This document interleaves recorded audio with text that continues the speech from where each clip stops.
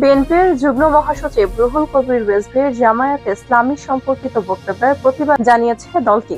তারা বলেছে, জামায়াত রক্কাতা ও ঘোলা পানিতে মাছ শিকারের রাজনীতি কখনো করেনি।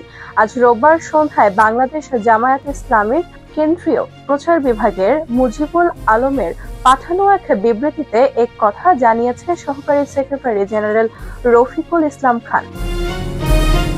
আজ এক অনুষ্ঠানে কোনো দলের নাম উল্লেখ না করে রুহুল কবির রিজভী বলেছিলেন, আমরা হাসিনা আমলে দেখেছি চাপাতি লীগ, হেলমেট লীগ, বন্দুক লীগ, আবার জনগণ এটাও জানে খুঁড়ো লীগ, পায়ের রক কাটা পার্টি। এরা কারা জনগণ কি জানে না? কারা পায়ের রক কাটে তাদের জনগণ ঠিকই চেনে।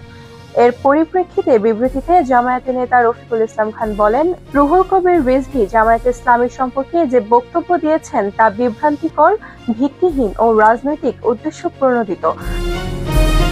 রফিকুল ইসলাম আরো বলেন, এ জাতীয় বক্তব্য বিগত কয়েক দশক যাবৎ প্রচার করা হচ্ছে।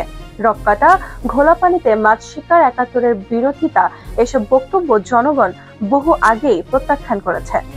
রিজভী জামায়াতের বিরুদ্ধে এসব কথা উচ্চারণ করে কি অর্জন করতে চান তা জনগণের কাছে স্পষ্ট নয়।